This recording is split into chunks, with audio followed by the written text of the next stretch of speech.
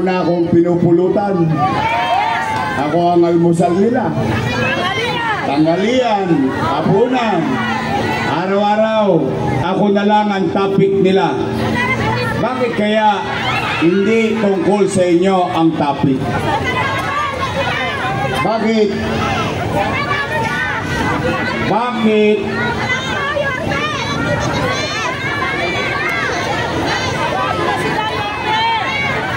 Bakit hindi pag-usapan ay yung mga bagay na ginawa o mga bagay na gagawin para sa mamamayan? Bakit kailangan mong hilain ang paa ng iba para ikaw ay umangat? Nakakalungkot isipin.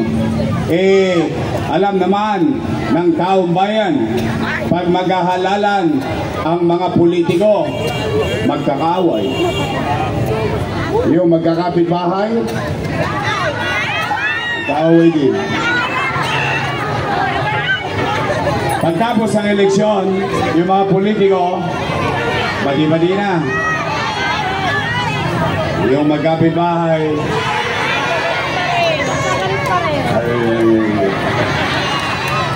tama ba? Kaya ayaw ko kayo makipag-away. Huwag na kayong, alam ko, marami sa inyo nagmamahal sa akin. Minsan, gusto nyo na silang sagutin sa Facebook at awayin. O ako na mismo nagsasabi sa inyo, huwag nyo silang papatulan. Unang-una, wala namang boto sa Facebook. Yes! Tama. Ang boto nasa tao. Tama ba? Ang boto nasa puso't isipan ninyo. O yun ang importante. O papapanatagin nyo ang inyong kalooban at patibayin dahil malapit na ang araw ng pag-uukod. 31 days ka lang. Nalulungkot lang ako sapagkat ngayon lang ako naka-experience, lalo na tayo sa Tondo, na ang utang na loob pala ay sinisingil. Ako daw ay walang utang na loob, sabi ng ate ko. Ngayon, mga batang Delpan, batang Tahimik, batang Almario, mga taga Saragosa, sa akin nyo na marinig. Ano ang paniwala ko? Ang paniwala ko bilang isang Pilipino, ang utang na loob ay hindi nababayaran. Walang katapusang bayaran habang ganun. Kaya lamang ito'y binabayaran ng kusa. Tama ba? Pero magkaganon pa man, pagbigyan natin yung kwento nila, pagkatapos silang manira, bibigyan kayo ng 1,000.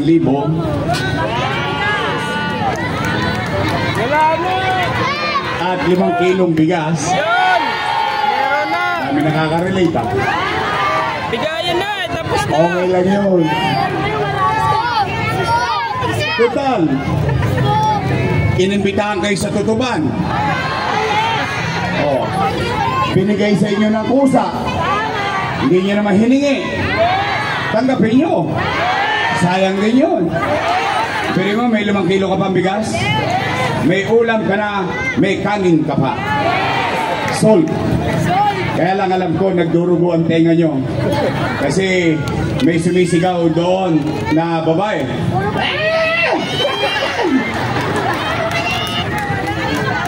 Dami nakaka-relate ha. Pero hindi yun. O sige, tingnan nga natin, mga nanay at tatay ko, kayo ang humusga. Ako po, sa akin nyo na marinig, ako po ay may utang na loob kay Danny Lacuna. Alam nyo yan. Hindi ko yan kinubli. Tinamaan si Chick, ah. Hindi ko yan tinago o ipinagkaila. In fact, Tinamaan ka, bilang Chick. ganti sa utang na loob kay Boss Danny, inaruga ko ang kanyang mga anak. For almost 20 years. Yes, for almost 20 years. 2 dekada. Kayo po ang humusga. Una, Philip Lacuna. Nakaupo? Nakaupo. Natulungan ba natin? Tanong nyo sa mga chairman nyo. Lalo na yung chairman nyo, pinipilit kayong mapunta sa kabila. Medyo yun. Meron ba kayong form? Wala kayong form? May na pala kayo? Nakaupo? Nakaupo. Pangalawa, Lay Lacuna. Nakaupo? Nakaupo. Pangatlo, Dennis Lacuna. Nakaupo? Nakaupo. Pangapat, asawa ni ate. Head ng Manila Health Department. Sino nag-appoint? Ang inyong lingkod. Nakaupo? Yan ang una kong tatanggalin pag ako nakabalik sa City Hall. Yorme, bakit ko naman tatanggalin? Dahil ba galit ka sa kanila? Hindi. Nay, tay, yan ang may kasalan, mga batang Maynila. Mga batang Maynila. Yan ang may kasalanan sa hinanakit ng mga nanay at tatay nyo at mga lolo't lola nyo. Saan ka nakakita? Health center, kailangan naka-online schedule ka pa. Saan ka nakakita? May ospital pero walang gamot. Tama ba? Online. Wow! Sosyal! Paano pag hindi ka marunong mag-online? Paalam na ating ina. Tama ba? Kung hindi ko pa pinansin, hindi pa tatanggalin. Pero 2 years, hirap na hirap yung mga matatanda natin. Kung saan, kailangan pa silang schedule sa online para lang makapagpa-check up sa health center. Dapat, sabihin nyo rin sa sakit, pwede ba schedule ka rin? Panglima, si ate, nakaupo? Upo. Ilan sila? 5. Happy? O di masaya ako. Masaya ako. Bakit? In my own little way at sa tulong natin lahat, napagtagumpayan ng mga anak ni Boss Danny yung hindi niya napagtagumpayan.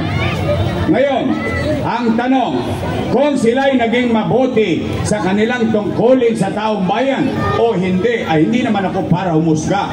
Taong bayan na mag-huhusga niyan. Yes! Tama ba? Tama! Nagagalit? Galit.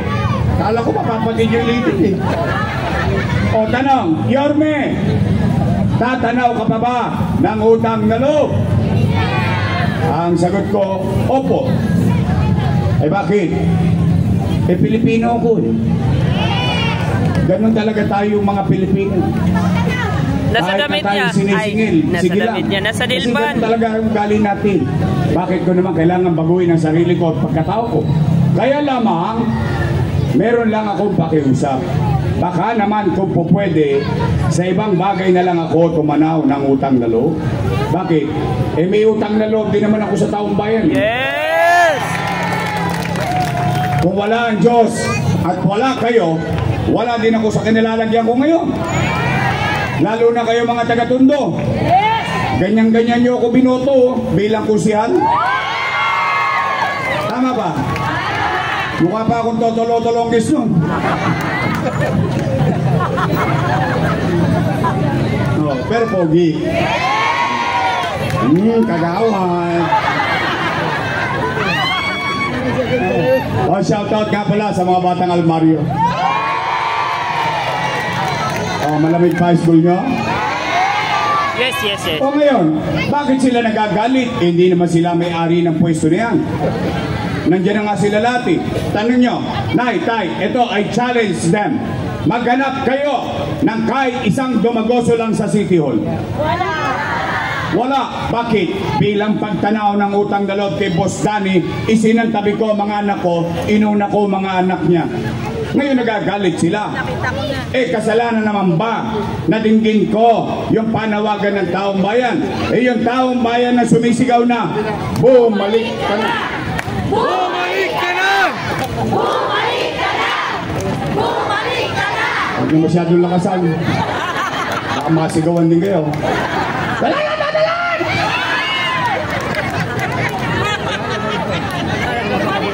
Napanood nyo? Napanood ko rin. Nagulat ako eh. Parang hindi doktor.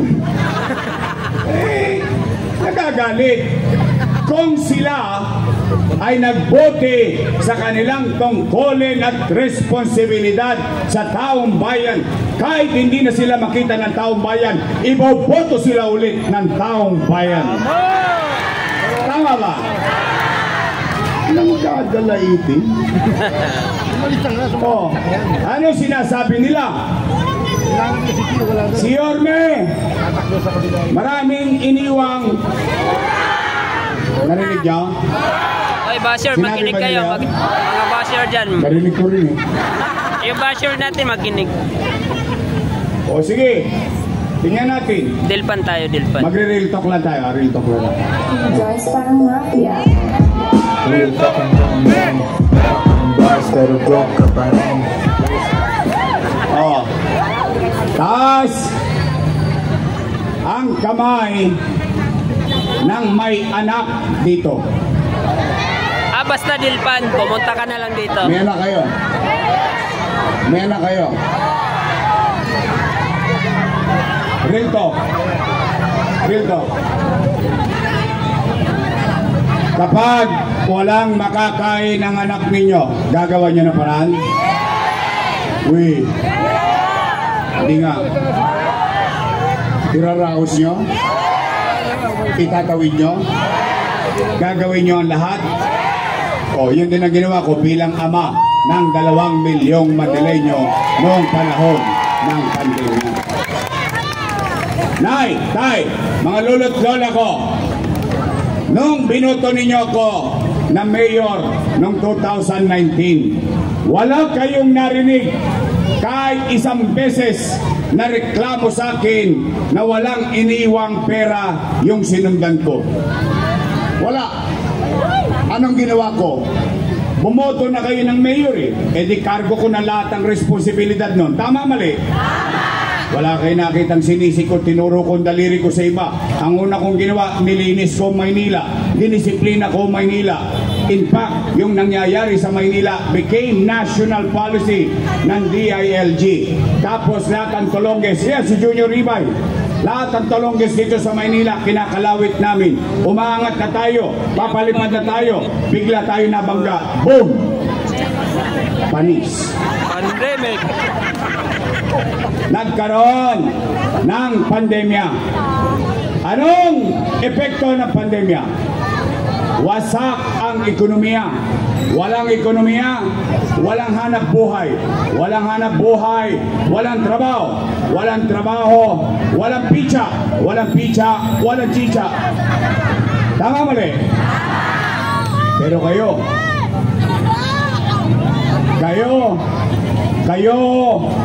na mga naparito, kayo na mga nangabuhay, kayo testigong buhay, dahil yung iba kong testigo patay na. Eh nagka-COVID eh. Pero tayong lahat dito, matangos ang ilong natin masasabi, noong pandemya, walang nagutom sa lungsod ng Maynila. Buwan-buwan, may food box. Tama, mali? Hindi pa nga nauubos yung food box, dumarating na naman yung food box. Tama, mali? Mayaman, middle class, mahirap, per family, not household.